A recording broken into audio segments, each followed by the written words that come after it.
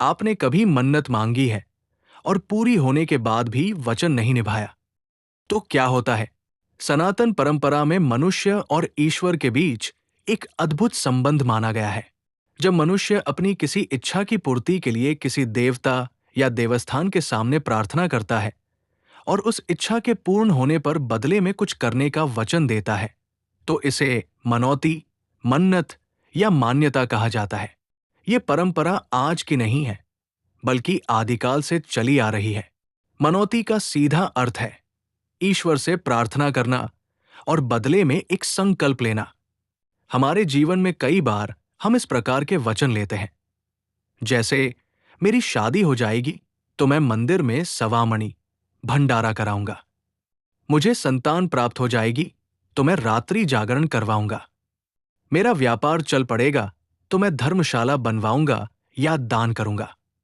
इस प्रकार किसी भी इच्छा की पूर्ति के लिए किया गया वादा मनौती या मन्नत कहलाता है। अक्सर मनुष्य दुख और संकट के समय मनौती मांगता है, जब जीवन में चारों ओर से रास्ते बंद हो जाते हैं। जब मनुष्य निराश और असहाय हो जाता है, तब वो किसी देवस्थान पर जाकर ईश्वर से प्रार्थना करता है और मनौती मांग लेता है। लेकिन कई बार मनौती खुशी और उत्साह में भी मांगी जाती है।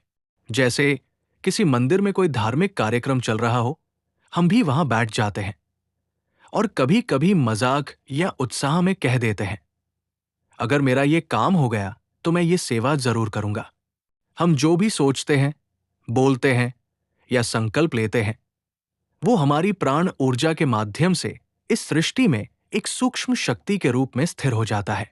जब हम उस इच्छा को पूरा करने के लिए मेहनत करते हैं, तो परम शक्ति भी हमारे प्रयासों में सहयोग करने लगती है। और जब हमारा काम पूरा हो जाता है, तो हमें अपना किया हुआ वचन निश्चित रूप से पूरा करना चाहिए। आज के समय में मनौती मांगने में एक बड़ी समस्या ये देखने को मिलती है कि अक्सर लोग समय सीमा निर्धारित नहीं करते। परिणाम यह होता है कि एक ही काम के लिए व्यक्ति कई मंदिरों, कई देवस्थानों पर अलग अलग मनौतियां मांग लेता है, और जब काम पूरा हो जाता है तो उसे एक ही काम के बदले कई देवस्थल पर वादे निभाने पड़ते हैं। यदि आप किसी भी देवस्थान पर मनौती मांगते हैं, तो दो बातों का ध्यान अवश्य रखें। पहली बात, समय सीमा तय करें, जैसे 6 महीने, 1 वर्ष या 2 वर्ष। दूसरी बात, जब तक उस मनौती की समय सीमा पूरी न हो जाए, तब तक उसी कार्य के लिए किसी अन्य स्थान पर मनौती न मांगे। यदि हमने कहीं मनौती मांगी है और हमारी इच्छा पूरी हो गई, फिर भी हम अपना वादा पूरा नहीं करते हैं, तो ये जीवन का एक प्रकार का ऋण योग बन जाता है। ये ऋण यदि इस जन्म में नहीं चुकाया गया, तो अगले जन्म में भी व्यक्ति को इसके परिणामों का सामना करना पड़ सकता है, क्योंकि संकल्प एक प्रकार का कर्म होता है और हर कर्म का फल अवश्य मिलता है। इसलिए किसी भी देवस्थान पर मनौती या मान्यता करने से पहले हमें सोच समझकर संकल्प करना चाहिए।